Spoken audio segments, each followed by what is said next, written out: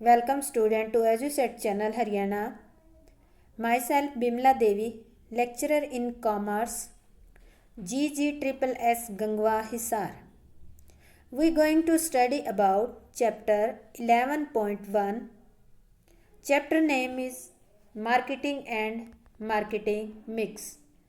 Today's topic place mix and subtopic is channels of distribution and physical distribution.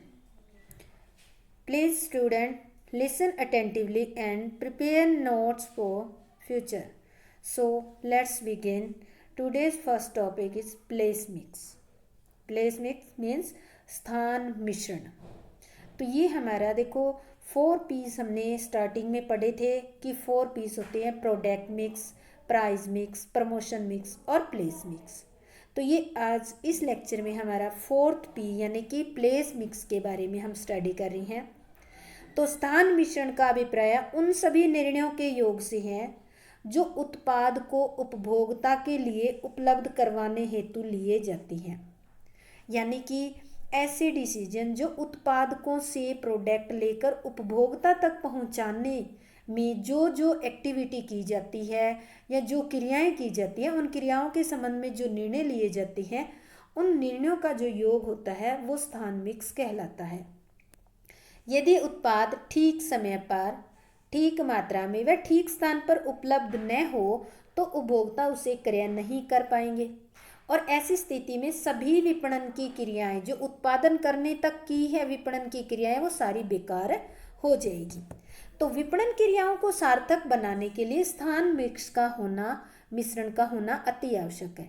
यानी कि उत्पाद को उपभोक्ताओं तक पहुंचाने के लिए स्थान मिश्रण में निम्न से संबंध में निर्णय लिए जाते हैं. निम्नलिखित 2 के संबंध में निर्णय लिए जाते हैं और वो 2 पॉइंट कौन कौन से हैं या हम कह सकते हैं जो प्लेस मिक्स होता है वो 2 निर्णयों का ग्रुप है. एक तो चैनल्स ऑफ डिस्ट्रीब्यूशन फर्स्ट और सेकंड है फिजिकल डिस्ट्रीब्यूशन. इन दोनों को अगर कंबाइन हम कर देते हैं दोनों को तो मिलाकर इन दोनों को ही प्लेस मिक्स का जो है कंप्लीट होता है 4P. तो इन दोनों को हम डिटेल से करेंगे. सबसे पहले हम करेंगे चैनल्स ऑफ डिस्ट्रीब्यूशन. वितरण माध्यम.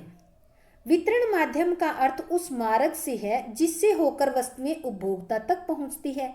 इस मार्ग में अनेक व्यक्ति या भागीदार रहते हैं. इन्हें हम क्या कहा जाता है मिडल मैन या इंटरमीडिएटर. इनमें मुख्यतः एजेंट, थोक व्यापारी, फुटकर व्यापारी इनको इंक्लूड किया जाता है. वितरण मार्ग छोटा भी हो सकता है और बड़ा भी हो सकता है. ये प्रोडक्ट के नेचर पे डिपेंड करता है कि वितरण मार्ग छोटा अपनाना है या बड़ा. उदाहरण के लिए जब हम अपने नज़दीक की स्वीट शॉप में मिठाई खरीदते हैं तो निर्माता और उपभोक्ता के मध्य में कोई भी मध्यस्थ नहीं होता. यह सबसे छोटा वितरण का माध्यम होता है. इसे प्रत्यक्ष व्यापार यानी कि डायरेक्ट ट्रेड भी कहते हैं. दूसरी ओर जब हम HUL का टूथपेस्ट खरीदते हैं तो ये उत्पाद हिंदुस्तान यूनिलीवर लिमिटेड से चलकर एजेंट, थोक व्यापारी और फुटकर व्यापारी से होता हुआ हम तक पहुंचा है. तो इसके बीच में 2-3 जो इंटरमीडिएटर या मध्यस्थ आ गई हैं तो इस कारण से इस माध्यम को सबसे बड़ा वितरण का माध्यम कहा जाता है. इसे अप्रत्यक्ष व्यापार भी कहते हैं क्योंकि इसमें उत्पादक और उपभोक्ता आमने सामने नहीं होते. फिलिप कॉटलर ने वितरण माध्यम के उत्पाद अथवा सेवा को प्रयोग अथवा उपभोग करने के लिए उपलब्ध करवाने वाली प्रक्रिया के संबंध में स्वतंत्र संगठनों के समूह के रूप में ही इसे परिभाषित किया है. संक्षेप में वितरण माध्यम के द्वारा समय, स्थान और अधिकार, टाइम, प्लेस और पोसेशन की जो उपयोगिता है वो क्रिएट की जाती है क्योंकि ये उत्पादक और उपभोक्ता के बीच की दूरी को समाप्त करता है. फर्म अपने उत्पादों के वितरण में मध्यस्थों का प्रयोग क्यों करती है. अब क्वेश्चन आता है कि फर्में अपने उत्पादों का जो वितरण करती है उसके लिए मध्यस्थों को प्रयोग क्यों करती है? Why do firm use intermediators in distributing their profit product? तो जो मध्यस्थों का प्रयोग किया जाता है प्रोडक्ट का वितरण करने के लिए, उसके पीछे दो कारण हैं। कौन कौन से हैं? पहला है वितरण एक महंगा कार्य है। Distribution is a costly function. वितरण कार्य वास्तव में ही बहुत महंगा है, इस पर करोड़ों रुपए का विनियोग करने की जरूरत होती है। यही कारण है कि कोई भी उत्पादक इसे स्वयं नहीं करने की सोचता। परिणामतः मध्यस्थों का प्रयोग जरूरी है। कॉस्टली होने के कारण जरूरी करना पड़ेगा। उदाहरण के लिए मारुति के द्वारा वितरण के लिए अनेक एजेंटों का प्रयोग किया जाता है। बहुत सारे एजेंट हैं, उनकी सहायता से मारुति का वितरण किया जाता है।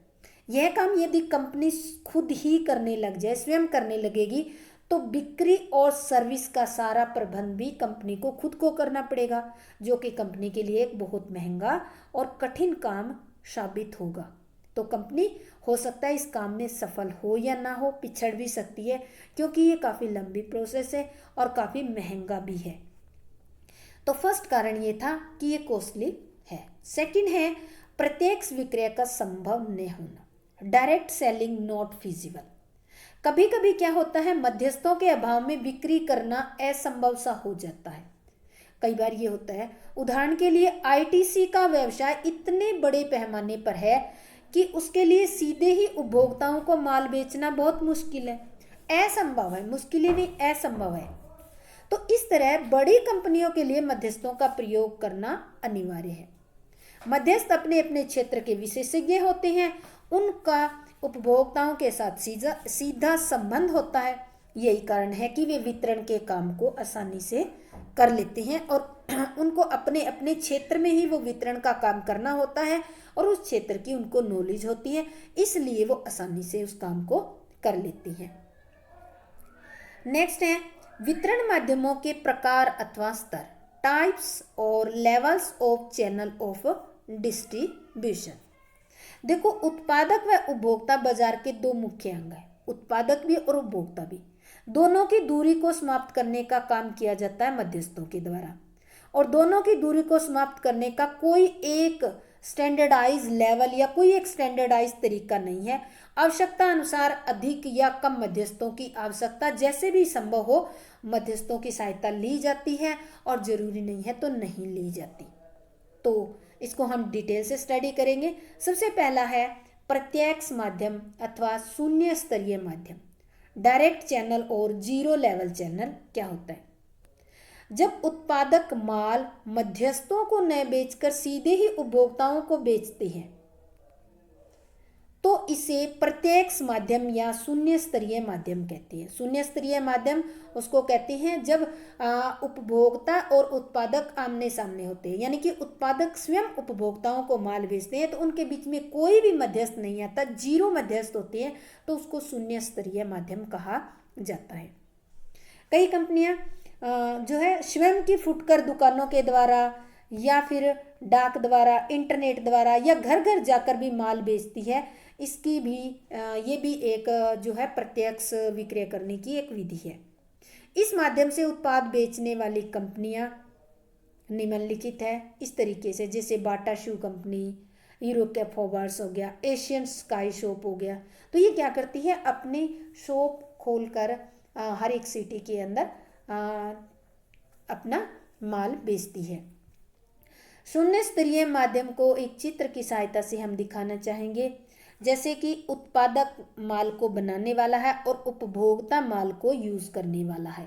अब देखो, अगर उत्पादक खुद ही उपभोक्ता को माल बेच देगा तो बीच में किसी भी एजेंट की हेल्प नहीं ली है, तो इसमें देखो उत्पादक और उपभोक्ता दोनों आमने सामने हैं, तो इसको कहा जाता है प्रत्यक्ष माध्यम या शून्य स्तरीय माध्यम। नेक्स्ट आता है इनडायरेक्ट चैनल। इसका अभिप्राय ऐसे वितरण के माध्यम से है जिसमें उत्पादक अपने उत्पादों को उपभोक्ताओं तक पहुंचाने के लिए या तो एक या अधिक मध्यस्थों की मदद लेता है। यानी कि अप्रत्यक्ष का नाम आते ही आपको पता चल जाता है कि इसमें उत्पादक और उपभोक्ता के बीच में मध्यस्थ होते हैं। मध्यस्थ एक भी हो सकता है, दो भी हो सकते हैं, दो से ज़्यादा भी हो सकती हैं।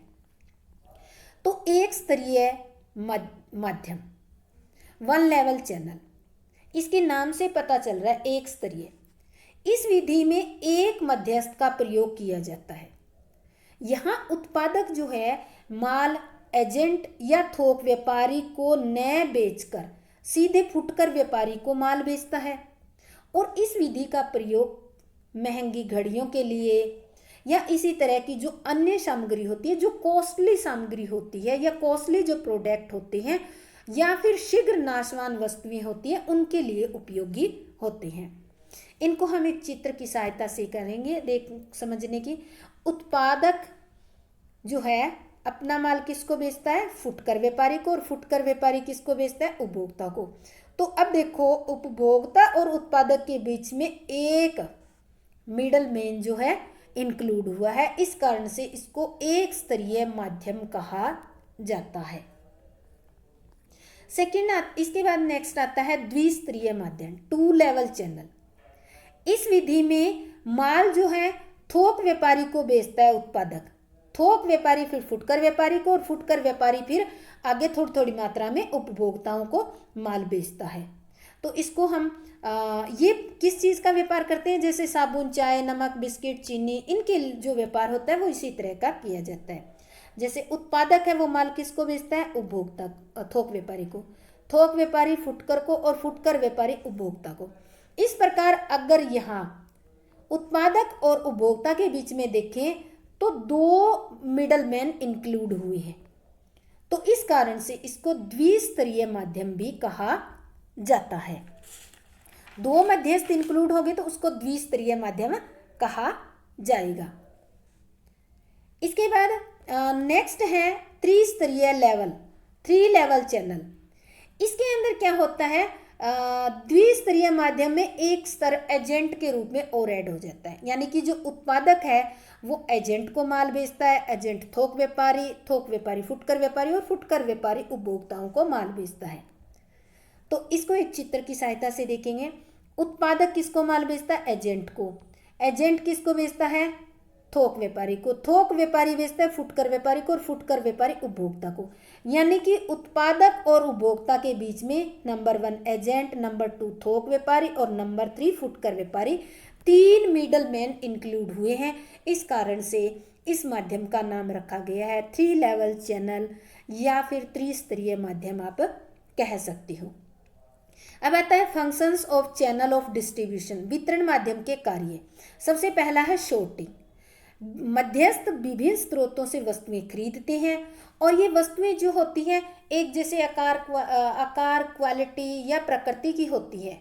तो वस्तुएं प्राप्त करने के बाद मध्यस्थ इनको आकार वाइज या क्वालिटी वाइज या प्रकृति के आधार पर इनको अलग अलग समूहों में विभक्त कर देते हैं। अक्यूमुलेशन, इसके अंदर क्या करते हैं? भिन्न भिन्न समरूप वस्तुओं को बड़ी मात्रा में एकत्रित करना आता है, ताकि वस्तुओं को पूर्ति जो है लगातार बनाई जा सके। एलोकेशन, इसके अंतर्गत समरूप वस्तुओं को विभिन्न बिक्री योग्य पैकेटों में तैयार किया जाता है। यानी कि पैक किया जाता है अलग अलग, जैसे किलो के पैकेट, 2 किलो के पैकेट, 5 के, इस तरह से अलग अलग। उदाहरण के लिए ये दे रखा है 10 किलो, 5 किलोग्राम, 100 ग्राम, इस तरह सुविधा अनुसार पैकेट के अंदर इनकी पैकिंग की जाती है, ताकि ग्राहक को संतुष्ट किया जा सके। अशॉर्टिंग, वर्गीकरण, इसके अंतर्गत बड़ी संख्या में वस्तुओं का स्टॉक करना इंक्लूड होता है, ताकि उपभोक्ता एक ही दुकान पर जाकर सभी आवश्यकता की वस्तुओं को खरीद ले। प्रोडक्ट प्रमोशन, सभी मध्यस्थ विज्ञापन और अन्य प्रवर्तन क्रियाओं द्वारा उपभोक्ता को प्रेरित करने का काम करते हैं। जो ये मध्यस्थ होते हैं ये एग्जीबिशन लगवाते हैं, विशिष्ट प्रदर्शन करवाते हैं, कंपटीशन भी करवाते हैं कस्टमर में, ताकि जो है प्रोडक्ट का प्रमोशन होता रहे, कस्टमर अट्रैक्टिव होता रहे। निगोशिएशन, सौदेबाजी, मध्यस्थ उत्पाद व उपभोक्ता दोनों के मध्य मूल्य, क्वालिटी, गारंटी और अन्य मुद्दों पर सौदेबाजी का काम भी करता है। वे वस्तुओं में स्वामित्व के हस्तांतरण में भी मदद करते हैं। जोखिम उठाना, रिस्क टेकिंग, क्योंकि वस्तुओं के मालिक होने के नाते मध्यस्थ एक और मूल्य और मांग परिवर्तन तथा दूसरी ओर वस्तुओं के टूट फूट और नष्ट होने का जोखिम भी उनको लगा रहता है। मान लेते हैं गोदाम में माल लेकर रख लिया और उसकी डिमांड ही ना हो, या उसका मूल्य कम हो जाए किसी कारण से, या माल अग्नि से, पानी से, बिजली से किसी तरह से नष्ट हो जाता है, तो मध्यस्थ को ही ये नुकसान उठाना पड़ता है। तो ये फर्स्ट हमारा टॉपिक था। फर्स्ट टॉपिक का हमारा नाम था चैनल्स ऑफ डिस्ट्रीब्यूशन। सेकंड जो टॉपिक हमारा सब टॉपिक है प्लेस मिक्स का, वो है फिजिकल। अच्छा, इसके बाद इसके आते हैं factor affecting choice of channel of distribution. जो चैनल हम सिलेक्ट करते हैं, इसको प्रभावित करने वाले घटक कौन कौन से हैं। वस्तु संबंधी बातें, कंसिडरेशन रिलेटेड टू प्रोडक्ट। वितरण के माध्यम का चयन करते समय कुछ ऐसे घटकों को ध्यान रख लेना चाहिए जो उत्पाद के गुण और उसकी प्रकृति से संबंधित हो। जैसे पहले हम उत्पाद से लेकर चलते हैं। उत्पाद को प्रति इकाई कीमत, यूनिट ऑफ द प्रोडक्ट। जब उत्पाद बहुत कीमती होता है तो छोटे वितरण माध्यम का प्रयोग करना श्रेष्ठ रहता है। जैसे सोने चांदी या जो बड़ी बड़ी मशीनें होती है, उनका छोटे वितरण माध्यम से ही वितरण किया जाता है, और कम कीमती उत्पादों के लिए लंबे वितरण माध्यम का प्रयोग किया जा सकता है। प्रमापित या क्रेता अनुसार उत्पाद, स्टैंडर्डाइज और कस्टमराइज्ड प्रोडक्ट। प्रमापित उत्पाद वे होते हैं जिनका मॉडल पहले से निर्धारित है, तो उनमें फेरबदल करने की कोई गुंजाइश नहीं होती। जैसे मिल्टन के बर्तन हो गए, तो ऐसे प्रोडक्ट जिनके अंदर चेंज करने की कोई गुंजाइश नहीं होती, स्टैंडर्डाइज होते हैं, उनके लिए लंबे वितरण माध्यम का प्रयोग किया जा सकता है। दूसरी ओर क्रेता अनुसार उत्पाद वे होते हैं जो क्रेता के ऑर्डर के अकॉर्डिंग बनाए जाते हैं। क्रेता की इच्छा के अनुसार, मतलब उनके ऑर्डर के अकॉर्डिंग बनाए जाते हैं। जैसे फर्नीचर हो गया, तो इस तरह के उत्पादों के लिए जो है चैनल, वितरण का चैनल सबसे छोटा होना चाहिए, या ज़्यादातर इनका प्रत्यक्ष व्यापार ही बेटर रहता है। पेरिशेबिलिटी, नाशवानता। जो वस्तु शीघ्र नाशवान प्रकृति की होती है, उनके लिए कम से कम मध्यस्थों वाले चैनल का या वितरण माध्यम का चयन करना चाहिए, और जो वस्तु टिकाऊ होती है उनके लिए लंबा वितरण माध्यम ठीक रहता है। Technical nature. यदि वस्तु टेक्निकल नेचर की है तो निर्माता द्वारा सीधे ही उपभोक्ताओं को वस्तुएं बेचा जाना अच्छा होता है, और जो ताकि उपभोक्ता को टेक्निकल जानकारी प्रोवाइड कर सके। जैसे मशीन्स वगैरह होगी बड़ी बड़ी। बाजार संबंधी बातें। देखो, वितरण के माध्यम का चयन करते समय बाजार से रिलेटेड कुछ बातों को भी ध्यान रखना जरूरी है। कौन कौन से घटक है? सबसे पहले है क्रेताओं की संख्या, नंबर्स ऑफ बायर। यदि क्रेताओं की संख्या अधिक है तो माल के वितरण में मध्यस्थों का उपयोग करना उचित है। अगर क्रेताओं की संख्या कम है तो निर्माता स्वयं ही उन्हें माल बेच सकता है। Number of buyer. क्रेता दो प्रकार के होते हैं, एक सामान्य क्रेता होते हैं, एक औद्योगिक क्रेता। अगर आपके प्रोडक्ट के सामान्य क्रेता है तो मध्यस्थों का प्रयोग करना पड़ेगा, और अगर औद्योगिक क्रेता है तो क्योंकि औद्योगिक क्रेताओं की संख्या कम होती है तो उसमें मध्यस्थों की संख्या कम हो सकती है, या अप्रत्यक्ष व्यापार भी हो सकता है। क्रय आदतें, बाइंग हैबिट्स। यदि क्रेताओं को माल उधार खरीदने की आदत है तो निर्माता उधार माल बेचने की स्थिति में नहीं होता, तो उसको मध्यस्थों का सहारा लेना ठीक होता है। क्रय मात्रा, बाइंग क्वांटिटी। यदि माल थोड़ी थोड़ी मात्रा में क्रय किया जाता है तो निर्माता जो है मध्यस्थों पर निर्भर रहना उचित रहता है। Size of market. यदि वस्तु का बाजार दूर दूर तक फैला हुआ है तो मध्यस्थों की सहायता से ही माल बेचा जाना बेटर है, और अगर बाजार छोटा है, संकुचित है, तो निर्माता स्वयं ही उपभोक्ताओं को माल बेच सकता है। थर्ड पॉइंट जो है, निर्माता अथवा कंपनी से संबंधित बातें, कंसिडरेशन रिलेटेड टू मैन्युफैक्चरर और कंपनी। सबसे पहले है गुडविल। एक निर्माता की ख्याति भी उसके वितरण माध्यम के चयन को प्रभावित करती है। जिस निर्माता की ख्याति अच्छी होती है उसे मध्यस्थों पर निर्भर रहने की कोई आवश्यकता नहीं है, क्योंकि वह स्वयं ही अपनी ब्रांचेस खोलकर माल बेच सकता है। दूसरा है वितरण माध्यम पर नियंत्रण की इच्छा, desire to control the channel of distribution. यदि निर्माता वितरण माध्यम पर कंट्रोल करने की इच्छा रखता है तो उसे सीधा संपर्क स्थापित करके, यानी कि जो है प्रत्यक्ष विक्रय करना बेटर रहता है। और ये किसके बारे में होता है? जैसे इलेक्ट्रॉनिक्स गुड्स हो गई, उनके बारे में ऐसा होता है, क्योंकि ग्राहकों को बिक्री स्थल पर ही वस्तुओं या सेवाओं को जो है उनकी जानकारी देनी पड़ती है। तो इस तरह से अगर इच्छा कंट्रोल करने की है चैनल पे तो प्रत्यक्ष व्यापार ठीक है, अदरवाइज अप्रत्यक्ष व्यापार यानी कि उसमें मध्यस्थों का प्रयोग किया जा सकता है। फाइनेंशियल स्ट्रेंथ, एक मजबूत वित्तीय आधार वाली कंपनी स्वयं ही वितरण के काम को कर सकती है। दूसरी ओर जिसका वित्तीय आधार मजबूत नहीं है वो कंपनी ऐसा नहीं कर सकती। सरकार से संबंधित बातें, वितरण माध्यम के चयन पर सरकारी नियमों का भी प्रभाव पड़ता है। एक सरकारी कानून के अनुसार दवाइयां केवल जो लाइसेंसधारी हैं उन्हीं को ही बेची जा सकती है। तो ऐसी स्थिति में दवाइयों के निर्माता के वितरण माध्यम का चयन करते समय ये ध्यान रखना होगा कि उसके माल का केवल लाइसेंसधारी मध्यस्थ के माध्यम से ही विक्रय किया जाए। अन्य जैसे लागत के बारे में आ गया, जिन वितरण माध्यमों की लागत कम होती है अन्य दृष्टिकोण से वे ज़्यादा उपयोगी होते हैं। उपलब्धता, कभी कभी एक वांछित वितरण माध्यम उपलब्ध न होने पर किसी दूसरे वितरण माध्यम का भी प्रयोग करना पड़ सकता है। पॉसिबिलिटी ऑफ सेल्स, जिस वितरण माध्यम से अधिक बिक्री होने की संभावना होती है उसी वितरण माध्यम का चयन किया जाना चाहिए। नेक्स्ट आता है सेकंड पॉइंट हमारा है फिजिकल डिस्ट्रीब्यूशन। स्थान मिश्रण के पहले तत्व में हमने पढ़ा था चैनल ऑफ डिस्ट्रीब्यूशन। इसके अंदर ये निर्णय लिया जाता है कि किन वस्तुएं किन किन मध्यस्थों से होकर उपभोक्ताओं तक पहुंचेगी। जबकि जो दूसरा तत्व है भौतिक वितरण फिजिकल डिस्ट्रीब्यूशन, इसके अंदर ये निर्णय लिया जाता है कि उत्पादन स्थान से उपभोक्ता स्थान तक वस्तुएं वास्तव में कैसे पहुंचेगी, how goods actually move, goods move कैसे करेगी। तो इसका अभिप्राय है वस्तुओं के परिवहन यानी कि ट्रांसपोर्टेशन, इन्वेंट्री, वेयरहाउसिंग और ऑर्डर प्रोसेसिंग से। तो इनके संबंध में निर्णय लिए जाते हैं। भौतिक वितरण वस्तुओं को ठीक समय ठीक स्थान पर पहुंचाकर उनमें टाइम और प्लेस यूटिलिटी क्रिएट करता है। इसलिए कहा जाता है कि भौतिक वितरण की विपणन मिश्रण में यानी कि मार्केटिंग मिश्रण में एक महत्वपूर्ण तत्व यानी कि स्थान में एक बहुत ही अहम रोल है। अब आता है importance of physical distribution. Importance क्या है इसकी? सबसे पहले देखो, प्रत्येक ग्राहक ये चाहता है कि उसे सुलभ स्थान यानी कि कन्वीनियंट लोकेशन पे उसको गुड्स मिल जाए। यदि कंपनी इस काम को न कर पाए तो ग्राहक जल्दी ही दूसरे ब्रांड पे शिफ्ट हो जाते हैं।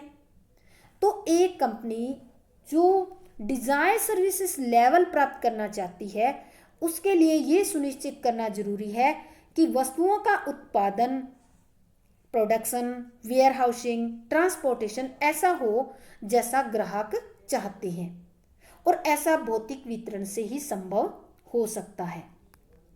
आगे है एलिमेंट्स और डिसीजन इन फिजिकल डिस्ट्रीब्यूशन, यानी कि कौन कौन से ऐसे एलिमेंट है जो फिजिकल डिस्ट्रीब्यूशन में इंक्लूड है होते हैं, या फिर कौन कौन से ऐसे डिसीजन है जो फिजिकल डिस्ट्रीब्यूशन से रिलेटेड लिए जाते हैं। तो इन डिसीजन को 4 क्रियाओं में बांटा जाता है, या ये 4 एक्टिविटी होती हैं। सबसे पहला है ट्रांसपोर्टेशन का, इन्वेंट्री का, वेयरहाउसिंग का और ऑर्डर प्रोसेसिंग का। तो सबसे पहला है ट्रांसपोर्टेशन। परिवहन जो है वह क्रिया है जिसके द्वारा वस्तुओं को एक स्थान से दूसरे स्थान पर पहुंचाया जाता है, और वस्तुओं की वांछित जहां पर पहुंचना है उस स्थान पर पहुंचने से उसका महत्व और कीमत दोनों बढ़ जाती हैं। उदाहरण के लिए हिमाचल प्रदेश और कश्मीर में सेबों का बड़ी मात्रा में उत्पादन होता है, जबकि इनकी मांग पूरे देश में रहती है। तो परिवहन के माध्यम से ही वहां से सेब लेकर पूरे देश में बेचे जाते हैं। इसी तरह से परिवहन के अन्य साधन भी उपलब्ध होते हैं, जैसे सड़क, रेल, वायु, जल, पाइपलाइन इत्यादि। पाइपलाइन के द्वारा जो तेल वगैरह है, गैसेस है, इनको एक स्थान से दूसरे स्थान पर भेजा जाता है।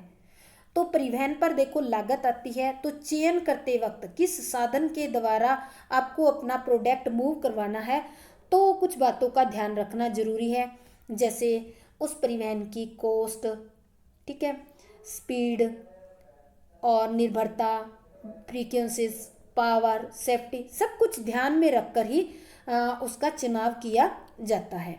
एग्जाम्पल लेते हैं, जैसे शीघ्र नाशवान वस्तुओं के लिए तेज गति वाले साधन का प्रयोग किया जाता है। गैस या पेट्रोलियम के लिए पाइपलाइन का प्रयोग करना उचित रहता है। सेकंड आता है स्टॉक मात्रा, इन्वेंट्री।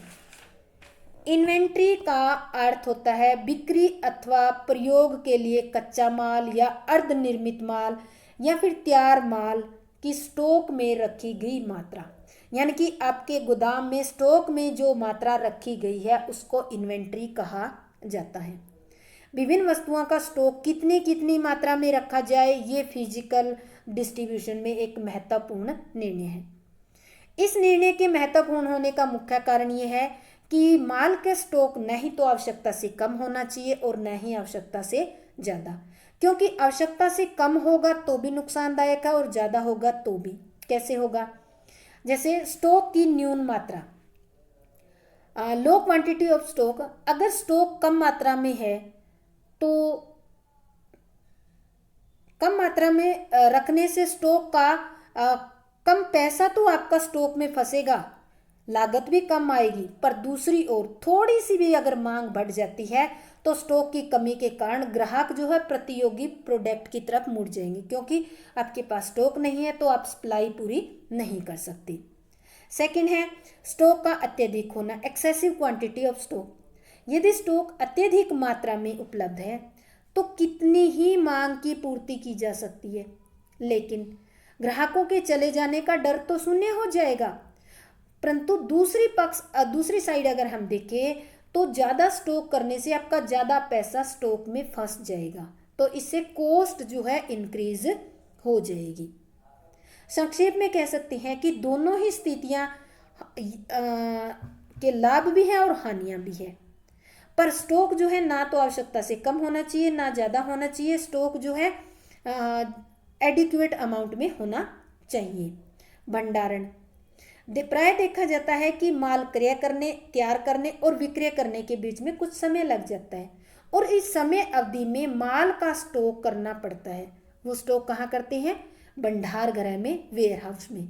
तो इससे रिलेटेड भी कुछ डिसीजन लिए जाते हैं, जैसे वेयर हाउस स्वयं का बनाया जाए या किराए पर लिया जाए, कहाँ पर वेयर हाउस लिया जाए, फैक्ट्री के समीप या बाजार के समीप, वेयर हाउस एक ही जगह लिया जाए या अलग अलग स्थानों पर। इसी प्रकार जो है यहाँ पर ये ध्यान रखने योग्य बात है कि वेयर हाउस पर लागत आती है, तो उसके लाभ और उसकी उपयोगिता का विश्लेषण करने के बाद ही वेयर हाउस के बारे में डिसीजन लिया जाता है। फोर्थ पॉइंट है ऑर्डर प्रोसेसिंग। आदेश प्रक्रिया का अर्थ है ग्राहक के माल के आदेश की पूर्ति करने में अपनाई जाने वाली प्रोसेस, यानी कि ग्राहक जो ऑर्डर देता है और उस ऑर्डर की जो सप्लाई करने में अपने कौन सी प्रोसेस अपनाई है, किस किस तरीके से। तो एक आदेश प्रक्रिया के कुछ चरण होते हैं, जैसे सबसे पहले क्या होता है, ग्राहक द्वारा विक्रयकर्ता यानी कि आपके सेल्स पर्सन के पास ऑर्डर आया है, उस विक्रयकर्ता के द्वारा ऑर्डर है कंपनी को भेज दिया, ट्रांसमिशन कर दिया, कंपनी के पास ऑर्डर गया, कंपनी कार्यालय में उस ऑर्डर की एंट्री की जाएगी। अब देखो ग्राहक की साख देखी जाएगी कि ग्राहक कैसा है, फिर स्टॉक देखा जाएगा, इन्वेंट्री देखी जाएगी कि जो माल का ऑर्डर आया है क्या वो हमारे शेड्यूल में है या तैयार करवाना है, अगर है तो माल आदेश के अनुसार माल की पूर्ति कर दी जाती है, शिपमेंट कर दी जाती है और फिर लास्ट में पेमेंट प्राप्त कर ली जाती है। तो ग्राहक के आदेश की पूर्ति कितनी तत्परता से की जाती है, इससे कस्टमर सर्विस लेवल निर्धारित होता है। ग्राहक संतुष्टि और आदेश पूर्ति की गति में सीधा सीधा संबंध होता है। जितनी तत्परता से आदेश की पूर्ति होगी, ग्राहक संतुष्टि उतना ही ऊंचा होगा। इसी बात के मद्देनजर आजकल कंपनियां सूचना तकनीकी पर आधारित सिस्टम ऑन इंफॉर्मेशन टेक्नोलॉजी अपना रही है, ताकि शीघ्रता से आदेशों की पूर्ति करके ग्राहक सेवा स्तर को बेहतर बनाया जा सके। नेक्स्ट टॉपिक हमारा है रोल ऑफ फिजिकल डिस्ट्रीब्यूशन। भौतिक वितरण की भूमिका क्या है? सबसे पहला है क्रिएशन ऑफ यूटिलिटी। उपयोगिता सृजन से एक उत्पाद के महत्व में वृद्धि हो जाती है, क्योंकि जो भौतिक वितरण है वो प्लेस और टाइम यूटिलिटी दोनों क्रिएट करता है, और यातायात से ट्रांसपोर्टेशन स्थान उपयोगिता क्रिएट होती है, और भंडारण वेयर हाउसिंग से समय उपयोगिता क्रिएट होती है। ग्राहक सेवाओं में सुधार। भौतिक वितरण में ग्राहक सेवाओं के अंतर्गत उत्पादों को ग्राहकों की आवश्यकता अनुसार ठीक समय और स्थान पर उपलब्ध करवाया जाता है। एक अच्छी वितरण प्रणाली सभी संबंधित तत्वों को ध्यान में रखकर बढ़िया ग्राहक सेवा ही उपलब्ध करवा सकती है, और इन तत्वों में मेन आती हैं समय, संदेशवान, उपलब्धता। तो इन सब सुविधाओं को उसमें इंक्लूड किया जाता है। नेक्स्ट है वितरण लागत में कमी, रिड्यूस डिस्ट्रीब्यूशन कॉस्ट। ग्राहक द्वारा दिए गए मूल्य में केवल उत्पादन लागत ही नहीं बल्कि स्पूर्दगी की, डिलीवरी की कॉस्ट भी इंक्लूड होती है। विशेषज्ञों का मानना है कि मूल्य का 20 से 25% तक स्पूर्दगी यानी कि डिलीवरी की कॉस्ट होती है। भौतिक वितरण क्रियाओं के कुशल प्रबंधन द्वारा इन जो कॉस्ट है, ये जो डिलीवरी कॉस्ट है, उसको कम किया जा सकता है। बाजार हिस्से में वृद्धि, इंक्रीज मार्केट शेयर। किसी भी व्यावसायिक इकाई का मुख्य उद्देश्य होता है बाजार हिस्से में वृद्धि करना, और यह संतुलित भौतिक वितरण पद्धति अपनाकर ही ऐसा संभव हो सकता है। उदाहरण के लिए एक कुशल एवं मितव्ययी यातायात के साधन द्वारा उस क्षेत्र का भी पता लगाया जा सकता है जहां पर अभी तक नहीं पहुंचा गया है, और इसी प्रकार इन्वेंट्री जो है प्रबंध स्टॉक की कमी व अधिकता को दूर भी कर सकता है। तो ऐसे माध्यम है जो निश्चित रूप से बाजार हिस्सेदारी में वृद्धि करते हैं। नेक्स्ट है प्राइस स्टेबलाइजेशन, मूल्य स्थिरता। यातायात एवं संग्रहण सुविधाओं के बेहतर प्रयोग की मदद से वस्तुओं की मांग और पूर्ति में संतुलन स्थापित करके मूल्यों की अस्थिरता को रोका जा सकता है। यानी कि जब डिमांड हो उसके अकॉर्डिंग ही अगर सप्लाई कर दी जाती है तो प्राइस हाई नहीं होता, और जब मान लेते हैं तो इससे क्या होता है, अगर डिमांड के अकॉर्डिंग ही सप्लाई होगी तो प्राइस जो है स्टेबल रहेगा, उसमें अप डाउन नहीं होगा। तो ये आज हमारा चैप्टर जो है marketing and marketing mix complete होता है। बच्चों आपका बहुत बहुत धन्यवाद। जय हिंद, जय भारत।